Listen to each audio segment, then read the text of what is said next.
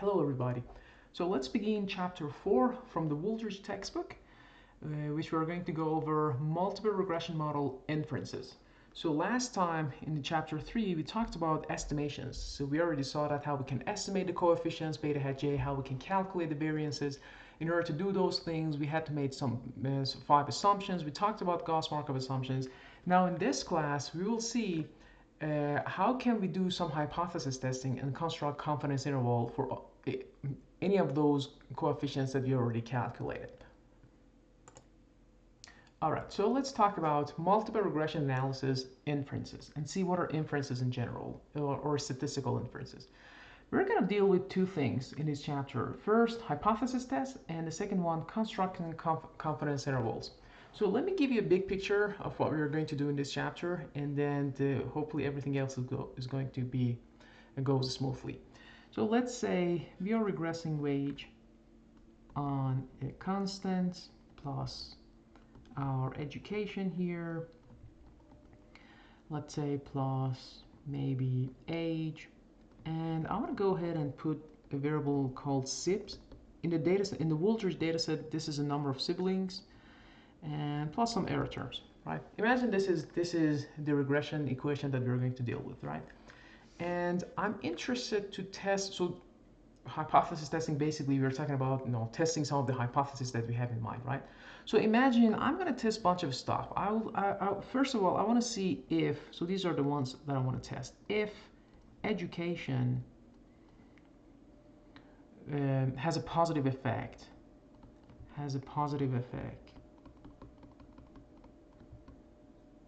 on wage, right? So this is one valid hypothesis. Basically I want to test if beta 1 is greater than 0, right? So this is the one that I want to test, right?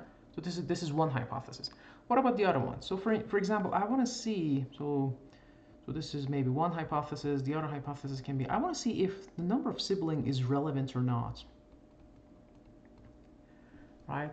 So, or no, I can say if, basically if I can reject that if it is equal to 0. If you're going to talk about this, these are null versus alternative hypothesis. But basically this is the idea. If I want to see that the number of siblings is relevant, I'm going to test that if I can reject this idea. What is this idea? The idea is that beta 3 is equal to 0. If beta 3 is equal to 0, imagine this is my wage, education, age, and I want to see that if sibling is relevant or not. If beta 3 is equal to 0, then sibling is not relevant. So this is called in general hypothesis testing, and you can see this is a very important topic because numerically we want to make some statements. We want to say with some probabilities, we can reject this hypothesis, and these are the errors, and etc. Right? So that's one topic.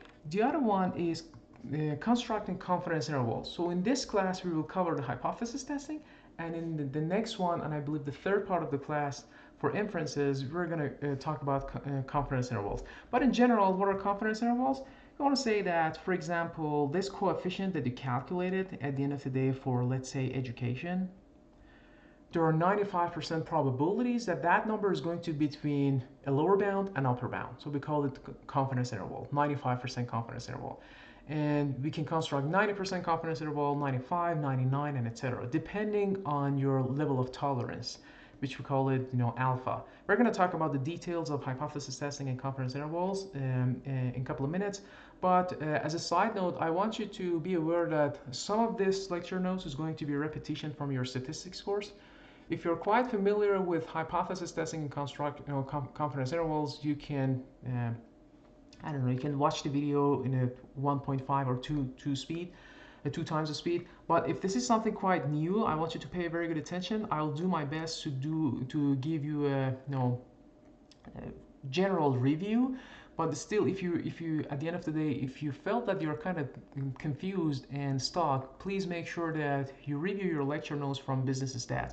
I'll provide some readings on the Canvas page, but again, this review is going to be a little brief. All right, now let's see, in order to answer these kind of questions in regression analysis, what do we need?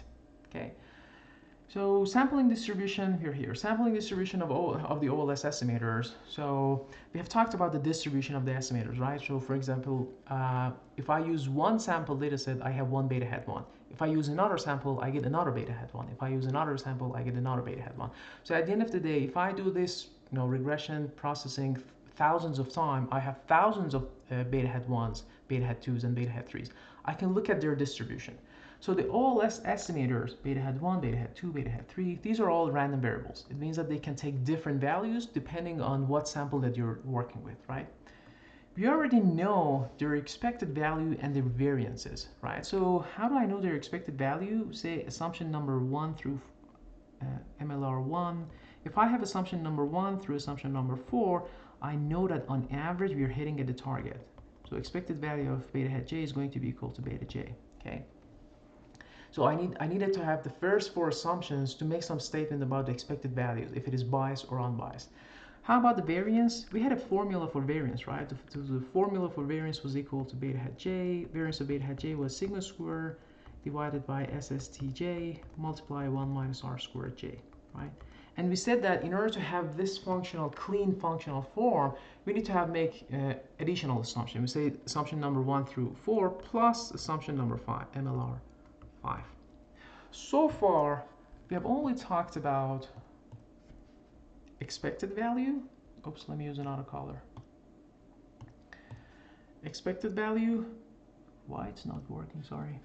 So this one, expected value and the variance. We haven't said anything about the shape of the distribution. So I know what is the average, I know what is the variance, but I don't know if the shape of the distribution for beta hat j is this, or is it this, is it this, which one is it, right? So we haven't said anything about the distribution. However, to answer questions like this, the hypothesis testing, these are very interesting questions, right? To answer those type of questions, I need to know the shape of the distribution for beta hat j, okay? So for hypothesis testing, we need to know the shape of the distribution. And in order to drive the distribution, we need to make some additional assumptions, because with the first 5 assumptions, I cannot say anything about this shape of the distribution. So we're going to go ahead and make one extra assumption. We call it assumption number 6, and it has something to do, we call it normal distribution. It has something to do with the distribution of the unobserved factors, or the error terms, U.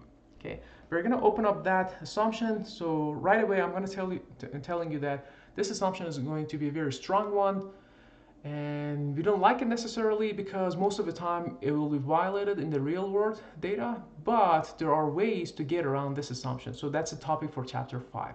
But in chapter 4, we're going to stick to this assumption, and says that under this assumption, we can say what is the shape of the distribution for our beta hat j. Okay? Okay, so let's look at the details of this assumption. Assumption number 6, normality. All right, so it says that the population error, these are the U terms, right, is independent of the explanatory variables x1, x2, up to xk. So it has 2 parts. This assumption has 2 parts. The first part says that, the U error terms and x's, I use capital X, so it means that it's a vector. It has all the x's, x1, x2, x3, and etc. These are, it can be education, age, gender, and etc. Right? All of them are one explanatory variable. Each of them is one explanatory variable. So the first part of the assumption says that U and X are independent. And this independent is a strong independent. A strong independent. Going back to our second class, when we talked about the relationship between strong independence and mean independence and the zero correlation, so if U and X, if I assume that U and X are strongly independent, what can I conclude? I can infer that they are mean independent. What does it mean? It means that the expected value of U given X is equal to expected value of U. And we already know that on average, the errors are irrelevant. If they're not, as long as I have a constant in the model, they're going to be irrelevant, right? So what is this one? Does it ring a bell? Is it familiar? Yeah, this is our assumption number 4, right? MLR4. So this assumption number 6 that we are making is it's very strong because it already has assumption number 4 in it. So if I assume that u and x are independent, it means that automatically they are mean independent. And of course, we can conclude that the correlation between u and x is going to be equal to 0. Okay, so that's the first part of this assumption. And here's the second part. The second part is we go even beyond that. We say, okay, x and u are independent and u themselves are normally distributed. So we say u, these error terms, are normally distributed with the average 0 and standard deviation sigma square. Okay, so this is not surprising. What is the expected value of u? You already know that we can make it 0. What is the variance of sigma square? What is the variance of error? It's constant, it's going to be sigma square, right? So basically, we are making this assumption that the error terms, so imagine this is your wage. Let me just write one variable, beta 0 plus beta 1 education plus u. I'm making an assumption that these u's are normally distributed. So if I want to plot the distribution for the u's are normal. And if I want to look at the regression line visually, so this is my wage, this is my education. Imagine this is data. This is population regression function, which is unobservable. And if I calculate the error terms, these are the error terms, right? And if I plot the histogram is going to be something like this. It's going to be normally distributed. So this is an assumption. We are assuming that. Is it a good assumption? Well, I can say not necessarily because it's very strong. So we have to deal with it. Okay. But let's see, with this assumption, what can we say about the distribution of the beta hats, right? Because at the end of the day, I'm interested in the distribution for the beta hat 0, beta hat 1, beta hat 2, and etc. And if I have the distribution of beta hat, I can answer these questions. So if in the population, for instance, beta 1 is greater than 0, if in the population beta 3 is not equal to 0, and things like that. So I hope that you're seeing the connection, why we needed this normality assumption, because we needed to answer those kind of hypothesis testing questions. Okay. Now let's have a brief discussion about the normality assumption. So in general, the normality of the error terms, it's an empirical question. Okay. So there's no theory for that. We're just making an assumption, and it's we have to look at the data and see what the data suggests, and if that if the data is I don't know, it's conforming with this assumption, the normality of the error terms or not, right? However, in many cases, normality is questionable or even impossible by definition. So how come it can be impossible? So imagine your y variable, your target variable is only taking two numbers, 0, 1. We're going to look at these models in chapter 6, I believe.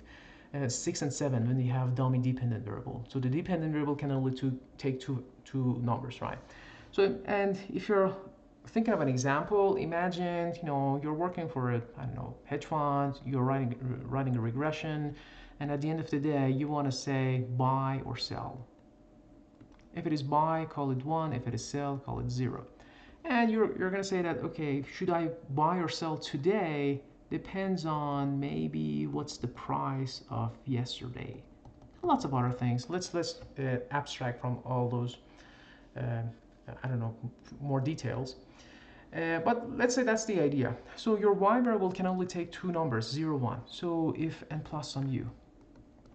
If your y variable can take two numbers, and if I want to plot the distribution for your y variable, what do I get? So zeros and ones, right? So let's say here is 0, here is 1. At the end of the day, maybe the y's are here, zeros are here. So there's no way that the distribution for your y variable can be normal, right? So by definition, it cannot be. So we say by definition, it cannot be normal. If the distribution of your y variable is not normal, then by definition, the distribution of your unobserved factor cannot be normal either. Okay. So for that reason, in many cases, normality is questionable. In some cases, we can, this normality can be achieved by doing those log transformation that we talked about, right? So I think, we have a good understanding of that log transformation by now. So remember, if I look at the distribution for wage, it's going to be very right skewed, right? And we know that log transformation made it like this, made it more normal. So sometimes we can get around this assumption by doing those transformations. So for instance, if I use log version of the wage, it's going to do a very good job. It's going to literally make sure that this assumption is valid, this assumption is holding. Okay. Now, we're going to say that under this normality assumption, so if I have assumption from number 1 to assumption number 6, so I have 6 assumptions, then OLS is going to be best unbiased estimator, not only for a linear model, but also for nonlinear model. Because having assumption number 1 through 5, we call them Gauss-Markov assumption. We said that OLS is going to be blue, best linear unbiased estimator. So this is from assumption MLR 1 through 5. So if I add assumption number 6, then we go from blue to best linear and nonlinear unbiased estimator. Okay, so what does it mean? It means that OLS, this engine that you're working with, is going to be the best out there. You don't even need to try, for instance, GLS, maximum likelihood estimations, or even, frankly speaking, even some of the more advanced machine learning models. You don't need to try them. Why? Because it is mathematically proved that OLS is going to be the best. So why we should be bother and go with those type of models? The answer is that these assumptions, some of them, especially the assumption number 6, is very strong. We don't have the luxury to have them in the data set, and on the other hand, most of the time there's a violation of these assumptions, even assumption number 5. So for that reason, we have to go beyond OLS, right? But in this course, we learn everything by working with OLS. Then when we have the knowledge, we can easily expand it to other type of estimators out there, right? Okay, so as an important note, for the purpose of a statistical inference, so basically when we talk about the hypothesis testing and confidence intervals, the assumption of normality can be replaced by a large sample size. So what does it say? It says that, if your sample size is large enough, and that enough depends on what field are you dealing with. If it is time series and in finance, then we definitely need to have thousands of observations, right? If it is cross-section, maybe marketing or different fields, maybe sometimes even a sample size of 100 is large enough, right? So again, in the textbook, there are some rule of thumbs numbers out there, 60, 30, but in my opinion, I don't want to say that it's wrong. It's not wrong, but it's not accurate because it all depends on the context and the field that you're working on. Okay, so but basically the idea is that in chapter 5 we are going to see how we can get around this assumption number 6, which by the way we didn't like it. It was strong because most of the time it was violated. Okay. So that's a topic for chapter 5. But for now, let's stick to this assumption. Again, why we needed this assumption? Because this will enable me to tell you something about the distribution of the beta hat J. If I have the distribution of the beta hat J, I can answer these interesting questions, these ones. That's the big picture of this chapter. Okay, so actually we can finish this slide and then we'll continue in the next video. All right. So in terms of terminology, the textbook wants to distinguish between the name of the assumptions that you're using. So if you're dealing with the first 5 assumptions, we call them Gauss-Markov assumptions. And if you add the 6 assumptions, we call them classical linear model assumption. Okay, this is just a terminology, but I think it's a good idea. You should know them. So for instance, when people talk about classical linear model assumption and regression, you should realize that they are adding assumption number 6 as well. They are talking about that normality assumption as well. Okay. All right. So there's a theorem. Having this CLM, classical linear model assumptions, we can come up with a theorem. Again, a proof is a little more advanced. It's beyond the scope of this class. But if you're interested, I can send you some notes for the proof. But the idea is more important. So the intuition is that if you have these 5 assumptions, we know for sure, for a fact, that the distribution for your beta hat J is going to be normal. This is a big deal. Okay, it's not any shape, it's normal. Okay, and if it is normal, why is it a big deal? Because guys, remember, at the end of the day, for example, you wanted to say that if, I don't know, your null hypothesis was if beta 1 let's put here, was greater than 0 or not. So you can calculate these shaded areas. So these are the probabilities. You know, remember the area under the PDF is a probability. Now you can talk with some probabilities. So for instance, there is 95% probability that beta is equal to 0 or not. There is 90% probability that beta is between these two numbers or not. Without this normal distribution, I could not answer this kind of question. So that was a big deal. Okay. So here's the theorem. We say beta hat j is going to be normally distributed with the average of beta j and the variance of beta hat j. And again, we're not surprised here. So how can we calculate the average of the beta hat j? So average of beta hat j is expected value of beta hat j. If I have the first four assumptions, what can I include? What can I conclude? Beta hat j is going to be unbiased. What does it mean? It means that on average we are hitting at the target. So this is the average. If I add assumption number 5, then I can come up with a closed form solution for the variance of beta hat j. What is that solution? Here, variance of beta hat j is going to be sigma squared divided by SSTJ. So the takeaway from this, relatively large introduction for this chapter 4 is that if you have the first 6 assumption, the distribution for your beta hat j is going to be normal. And if the distribution for beta hat j is normal, then you can standardize it. So what does the standardization mean? Take the average out, divided by standard deviation, right? Do you remember that? This is our z-score for your reference. So beta hat j minus beta j divided by standard deviation is going to be normally distributed, standard normally distributed, right? So basically it means that the average is going to be 0 and the variance or standard error is going to be 1. Okay. All right. So this is the case if you're talking about the entire population, right? So entire population sigma square. But we know that in practice, this entire population is not feasible. We work with the samples, right? And those samples, so for example, how can I get a sample estimate of sigma square? We work with sigma hat square, right? If I go ahead and in this equation, so let me use another color, red. If in this equation, if I go ahead and use, instead of in the denominator, because guys remember, what is the standard deviation of beta hat j? It's the square root of variance of beta hat j. Now if I replace sigma square by sigma hat square, this standard deviation is going to be called a standard error. We talked about it last class, standard error of beta hat j.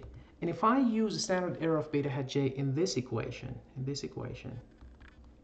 then it's not going to be normally distributed anymore. The distribution is going to be student t distribution. So here's the second part of the theorem. So theorem 4.1 says that beta hat j is going to be normal if this is the variance, but we know that this is unobservable. We have to estimate it. If you work with the estimated version, then this is going to be the distribution. So distribution in practice is not going to be normal. It's going to be something different. We call it student t distribution. Why is it different? Because it depends on the sample size. Okay, if the sample size is very, very large, we know that t distribution and normal distribution are exactly the same. So we can say beta hat j is normally distributed.